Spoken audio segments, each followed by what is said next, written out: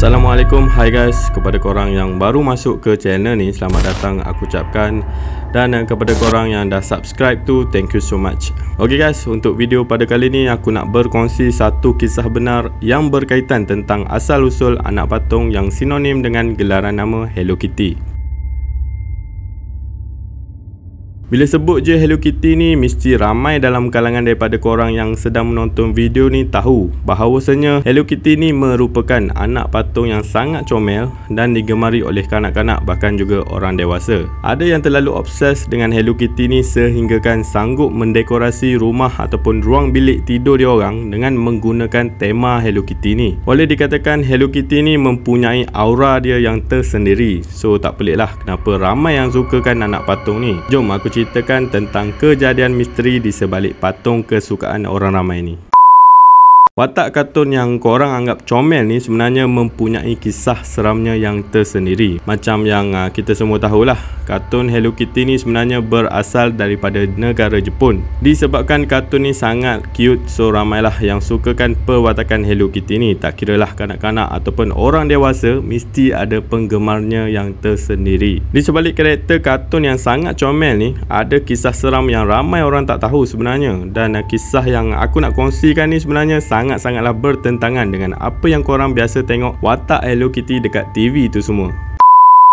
Menurut cerita asal, kisah ni berlaku sekitar tahun 1970-an yang mana mengisahkan tentang pengorbanan seorang ibu terhadap anak perempuannya yang berumur 14 tahun, yang mana anak perempuannya telah disahkan mengidap kanser mulut. Bila dah tahu macam tu, si ibu ni pun sedaya upayalah pergi ke serata tempat untuk mencari penawar kepada penyakit anaknya tu. Bila ada jiran-jiran ataupun member-member dia yang bagi tahu dekat situ ada penawar, dekat sini ada penawar, mesti si ibu ni akan pergi cari dengan kadar segera. Yang membuatkan si ibu ni jadi macam tu adalah disebabkan doktor yang merawat anaknya tu berkata anaknya ni dah tak ada harapan lagi nak sembuh dan tak ada ubat daripada hospital yang boleh sembuhkan kanser anaknya pada ketika tu. Sebab itulah si ibu ni dia tak nak give up dan dia cuba usaha dengan cara yang lain pula. Si ibu ni juga dikatakan pernah bertafakur di sebuah gereja. Tafakur ni kalau dalam bahasa standard kita lebih kurang macam bertapa lah. Dikatakan si ibu ni duduk dekat gereja tu bukan sehari, bukan 2 hari, tetapi berbulan-bulan lamanya. Walaupun dia dah berdoa, bertafakur selama berbulan-bulan dekat gereja tu,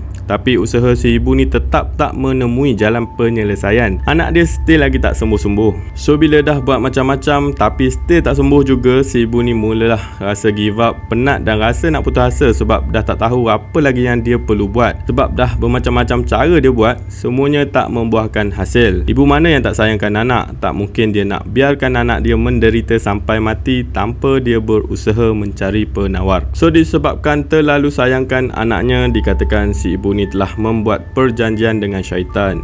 Pada masa tu mungkin si ibu ni fikir ni je ikhtiar terakhir yang dia ada untuk selamatkan satu-satunya anak kesayangan dia. So nak dijadikan cerita, pada suatu hari tu si ibu ni telah berjumpa dengan seorang bomoh untuk merawat anak dia dan dikatakan pada masa tu anaknya tengah tenat. So disebabkan si ibu ni dah tak sanggup kehilangan anak perempuannya, dia sanggup buat apa-apa je, termasuklah membuat perjanjian dengan syaitan. Dan bila dia dah buat perjanjian tu semua, akhirnya anak dia telah sembuh daripada kanser mulut yang dihidap selama ni. Dan anaknya pun dah boleh bercakap macam biasa. Syarat daripada perjanjian tadi sebenarnya si ibu ni kena cipta satu patung yang mana fungsi patung tersebut adalah bertujuan untuk menguatkan pengaruh kuasa si syaitan tu. So si ibu ni pun nekat lah dan buatlah satu patung seperti mana yang diminta oleh bomoh tadi. So lepas tu jadilah satu patung yang diberi nama Hello Kitty. Dan apa yang lebih menyeramkan tentang patung Hello Kitty ni, sebenarnya yang minta patung ni dicipta adalah daripada syaitan tu sendiri. Dan tujuan syaitan tu adalah dia nak kanak-kanak dekat seluruh dunia ni merasakan tertarik dengan desain patung tersebut. Sebab itulah kalau korang tengok karakter kartun Hello Kitty ni memang tak ada mulut, dan itu merupakan sebuah simbolik ataupun lambang kepada kanser mulut yang dialami anak perempuan kepada si ibu tadi. Untuk pengetahuan korang, masuk di sebalik nama Hello Kitty ni pun dah agak menyeramkan sebenarnya, yang mana Kitty tu membawa maksud syaitan dalam bahasa Cina tradisional. So bila ditranslatekan ke dalam bahasa Melayu, jadilah hai syaitan. Sebab itulah ramai yang percaya bahawasanya Hello Kitty ni sebenarnya anak daripada syaitan. Ada satu lagi kisah yang pernah terjadi suatu ketika dulu, yang mana kisah ni telah berlakunya satu kes pembunuhan kejam di Hong Kong yang ada kaitan dengan patung Hello Kitty ni. Dikatakan kejadian ini berlaku pada tahun 1999. Kisahnya bermula ada seorang perempuan ni, dia telah diculik dan lepas tu dia kena seksa dekat salah sebuah apartmen yang berada di Hong Kong tu sampailah dia mati. Dia meninggal selepas sebulan dia diculik, dan yang menculik perempuan ni adalah 3 orang lelaki dewasa. Dikatakan penculik ni telah mencabul dan merogol perempuan tadi secara kekerasan dan kemudiannya telah membunuh perempuan tu dengan kejam. Kepala perempuan tu telah dipotong dan diletakkan di dalam kepala patung Hello Kitty, dan bahagian-bahagian lain pada badan perempuan tu pula telah dibuang di kawasan yang berlainan tempat. So apa yang dicumpai cuma tengkorak, satu batang gigi dan beberapa organ-organ dalaman perempuan tadi. Kes ni memang agak seram lah dan sangat-sangat kejam. Pada masa tu memang kecoh teruk lah kes ni dekat Hong Kong, dan geng yang membunuh perempuan tu dia orang telah digelar sebagai gelaran pembunuh Hello Kitty. Dan apa yang menariknya, kes ni dikatakan top 4 paling kejam yang pernah terjadi dekat Hong Kong pada masa tu. Tapi korang jangan risaulah, patung Hello Kitty yang ada dekat kedai-kedai sekarang ni tak ada kaitan pun dengan patung perempuan tadi tu puja. So don't worry lah, korang boleh je peluk cium patung Hello Kitty korang tu. Tapi ingat, jangan sampai jadikan patung-patung tu sebagai tempat pemujaan pula. Kalau ikutkan dalam Islam, sebenarnya tak digalakkan dalam rumah ada patung. Sebabnya kalau rumah tu ada patung, malaikat takkan masuk. So kalau malaikat pun tak masuk ke dalam rumah korang, ibarat rumah korang ni dah macam sebuah rumah yang ditinggalkan lah kiranya. Sunyi daripada doa-doa para malaikat dan juga berkat daripada Tuhan.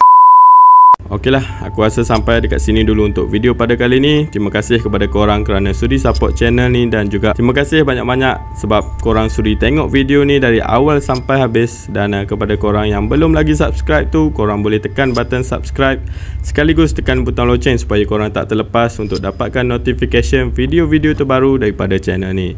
Apa-apa pun, Assalamualaikum warahmatullahi taala wabarakatuh. Baiklah, saya tahu, jumpa lagi.